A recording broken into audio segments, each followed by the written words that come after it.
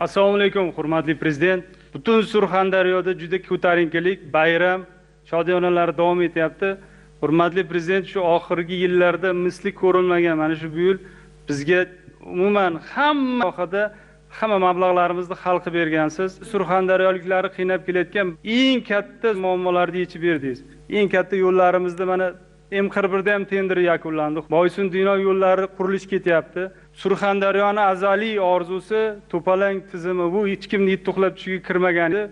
Bugun oxirgi siz bergan topshiriq bo'yicha yil oxirigacha edi. Mana shu mustaqillik bayramiga Sherobod tumaniga yetib bordi. Shunchalik xalqimiz xursand, sizdek kunduz hurmatli prezident duo qilishyapti. Qo'shnilar bilan mana Surxondaryoda bu yil 3 milliard dollar investitsiya qilinyapti. 10 yil oldin bu gapni eshitgan odam to'g'risi Surxondaryoda 3 tiyin ham mumkin emas edi. Bu yerga olib kelish tugul, olib yurish ham mumkin emas edi. Hurmatli prezident, shunday imkoniyat qilib berdingiz. Mana qo'shnilar bilan 3000 ta choyishtonlik kuniga o'tadi. Sasiyo Dino tumanini xizmat ko'rsatishlari, turizm shuning orqasidan shunday qaynayapti. Mana tashrifingizda 42 ta loyihaga 6,7 milliard dollar start beruvdingiz. Bugun 2 trillion so'mlik shu obyektlar foydalanishga topshirilyapti. Har bir topshirig'ingiz so'zsiz bajariladi. Menga aytgansiz, qishloq xo'jaligini sanoatlashtirasiz. Surxondaryo yetishtirayotgan mahsulotlar arzon garovga eksport bo'lmasin. Qayta ishlansin. Xurmoni topshirib bergansiz anjir bilan. Mana qurilib bitdi. Hurmatli prezident, faqat bu yerga ilm ham olib kirib berdingiz bizga. Agrobank to'lib olib bergansiz, tadbirkorimiz bilan birga mana to'liq siklda qayta ishlaydi, o'zlari yetishtiradi.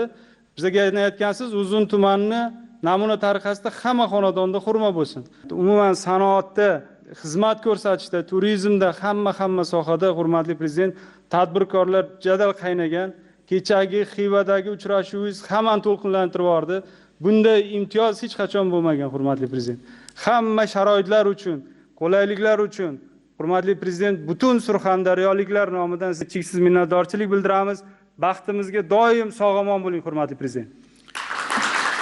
Agar 26-yil, 25-yilda olsak, surxondaryoliklar yili bo'ldi desak, bu ham to'g'ri bo'ladi. Hamma sohada juda keskin o'zgarishlar, eng katta menga yoqqani odamlarni ongi o'zgaryapti.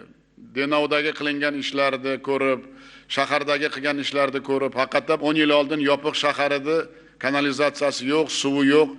Uni 30 yil emas, 50 yil oldin qilsa bo'lardi mana shu to'polangdan suv olib kelishdi. Lekin biz siyosiy iroda bilan qilganimiz yillar o'tadi. Lekin odamlarning sog'lig'i o'zgaradi. Umuman ichimlik suvda juda katta mana shu revolyutsion reja qilgan edik, natija ham bo'ldi. Assalomu alaykum hurmatli prezident.